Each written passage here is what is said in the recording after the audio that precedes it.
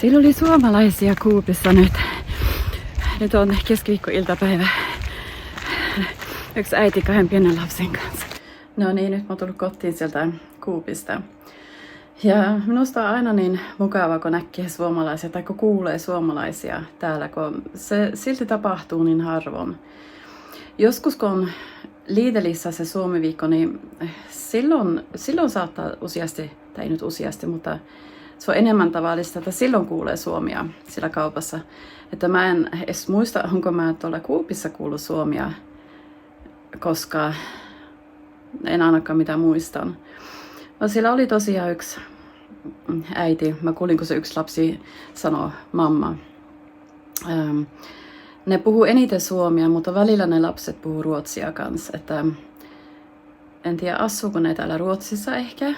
Ja oli käymässä ehkä jonkun sukulaisen tykönä, koska mä kuulin, kun se yksi pieni lapsi sanoi vissiin, mä luulen, että se sanoi ruotsiksi, mutta se kuitenkin sanoi muffa. Muffa tykkää tässä, tai muffa tycker om det här. Mä en muista kummaksi, mutta mä muistan, että se sanoi muffa, siis murfar, siis äitin isä. Että jos te joskus olette kaupassa täällä Ruotsissa ja näyttää jonkun muorin, joka hymyilee, kilpaa auringon kanssa, niin se on minä melko varmaa, tai en nyt tiedä, mutta minusta se on niin mukava kuulla suomia täällä.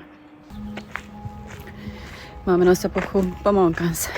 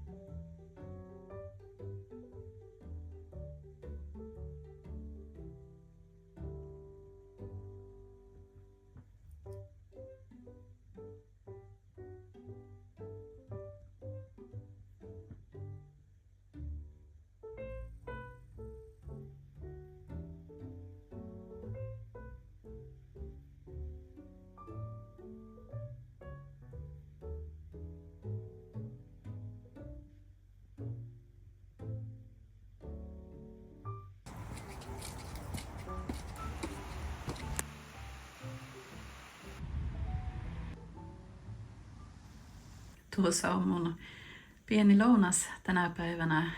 Nyt on tiistai. Mä paistoin sipulia, valkosipulia, paprikkaa, pinaattia, kukkakalta, jonka mä niin pienensin ihan hirveän pikkuseksi.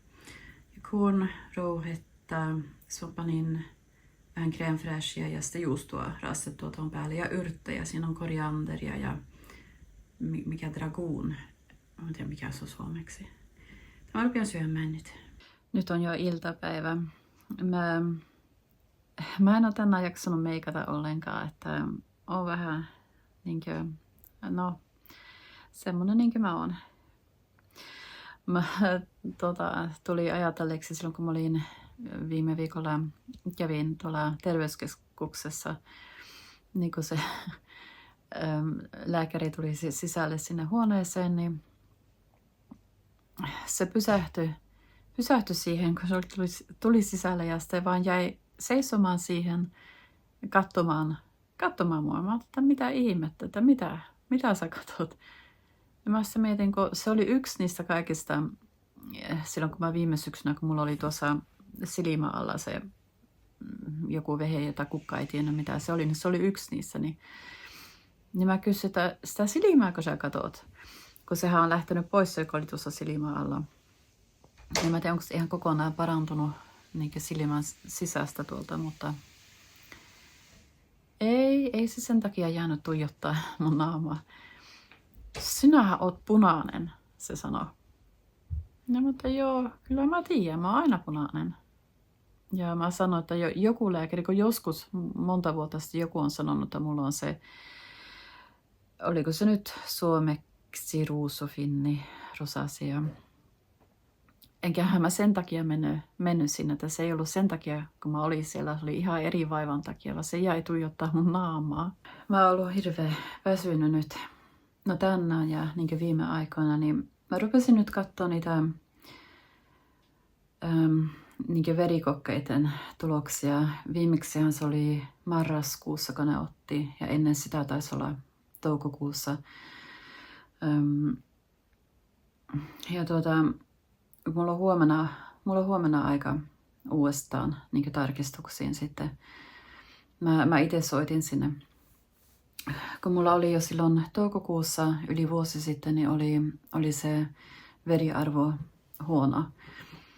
Ja sitten marraskuussa, kun ne otti, niin se oli vielä huono, mutta silloin ei ottanut sitä HB:tä, että se niinkö, ne otti vaan yhden sorttisen, minä niistä kaikista niin tiedän, mutta se on huono. Ja sitten se sokerihan on ollut korkealla, niin ne huomenna tarkistaa ne kaikki uudestaan, että saa nähdä. Ja tänään soitti yksi mun entinen pomo. Mähän kävin viime viikolla, kun se yksi entinen pomo soitti ja kysyi, jos mä voisin tulla sen tykönä käymään niin sen toimistossa, niin mä kävin siellä ja niitä oli 2 pomoa siellä. Ja ne kyseli kaikkea sillä ja nyt tänään se soitti, se yksi niistä. Ja se tarjosi mulle yhtä työtä nyt niin kesäajaksi. Ja mä ensin oli ihan innossa, että sehän on mukava. Mutta sitten se sanoi, että joo, ainoa on, että...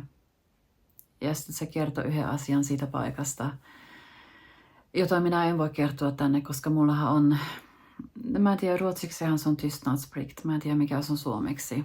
Että eihän minä saa kertoa mitään niistä hoitopaikoista. Se on hoitoalan työtä siis. Jos ei olisi ollut sitä siinä paikassa, niin ilman muuta mä olisin mielellään ottanut vastaan sen työpaikan. Mutta se on aika vakava asia, niin mä sanoin, että mun pitää vähän miettiä ja ottaa selville vähän asioita. Ja mä sitten ilmoitan huomenna, että miten mä teen.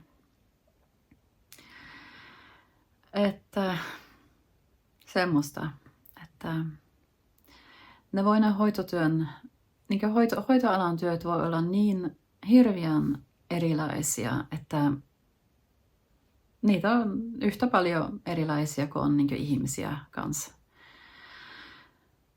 Että en tiedä, mun pitää miettiä vähän ja ottaa selville enemmän, niin saa nähdä.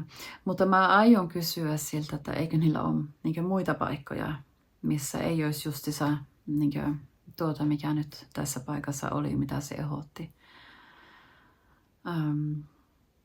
Että saa nähdä. Että vaikka tuntuu, että ei ole tänään mitään tapahtunut, on ollut semmoinen rauhallinen päivä, niin onhan tässä silti ollut kaikenlaista. Että mä rupesin tutkimaan niitä mun verikokkeita, että miksi mä oon niin väsynyt ja sillä. Ja, kun nehän sanoo, että ne haluaa että verikokkeet uudestaan, kun on mennyt jonkun aikaa. Kun sehän lääkäri käski mun ruveta syömään rautatabletteja, mutta mä sanoin sille heti silloin, että minä en pysty niitä syömään, koska viimeksi kun mä yritin, niin mulla tuli maha hirveän kipeäksi ja tuli oksennus. Mutta se kirjoitti ne kuitenkin ulos, mutta en minä ole hakenut niitä apteekista, että niitä mä en ole syönyt yhtään. Että eihän se veriarvo ole parantunut varmaan yhtään siitä päinvastoin, kun mulla on hirveän runsaat kuukautiset vielä, vaikka mä oon 55-vuotias. Ja sitten ne kirjoitti ulos B12-vitamiinia ja folsyra. Ja niitä mä aina joskus otan, en joka päivä. että ne tarkistukset on huomenna sitten ja sitten mulla on ihotummaa, josta mun pitää käydä hakea apteekista yhtä salavaa. Mä käyn varmaan huomenna sitten samalla reissulla, kun mä käyn siellä terveyskeskuksessa, niin hakkeen sitä salavaa. Että kaikenlaista on kuitenkin tähänkin päivään mahtunut, vaikka tuntuu, että ei ole mitään saanut aikaiseksi. Hirveän väsynyt vaan ollut. Ja sitten kun se pomo soitti, niin mä ajattelin, että onpa mukava siihen asti, kun se sanoo sen, että joo, mutta tässä paikassa on. Niin, joo. Tässä nähdään. Ja nythän on kesäkuu alkanut, tänään on 2. päivä kesäkuuta. Eli se toukokuun haaste oli leipoa karjalanpiirakoita. Se ei onnistunut.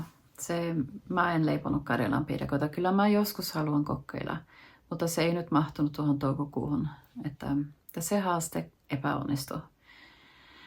Ja eilen siis alkoi uusi haaste, uusi kuukausi, ja tämän kesäkuun haaste on lukea kirjaa joka päivä. Ja mä hoksasin sen myöhään eilen illalla. Mä yhtäkkiä ne jysähti ja mä tarkistin, että mikä haaste se on tälle kuukaudelle lukea kirjaa. Niin mä siinä ajattelin, että mun pitää äkkiä katsella joku kirja ja lukia. Mulla on yksi kirja, jota mä oon aloittanut, että mä voisin niin jatkaa sitä. Mutta sitten mulla kokonaan unohtui koko homma kuitenkin. Kello oli jo niin paljon ja mä olin väsynyt. Elikkä mun olisi eilen pitänyt aloittaa lukemaan kirjaa joka päivä. Mä en lukenut eilen, mutta mä jatkan nyt tästä päivästä, että mä en tiedä miten sen laskee, että onko se jo epäonnistunut tämänkin kuukauden haaste, mutta mä jatkan nyt tässä päivästä, että mä otan tuossa kohta kirjan ja lujen jonkun verran. Se on suomalainen kirja, se on tuon Satu Rämön toinen kirja. Mä luin viime kesänä sen Hildur. Ja tämä on se toinen kirja siinä sarjassa. Se nimi, oliko se Rosa ja Björk vissiin. Niin, sitä mä luin. Että tämmöistä nyt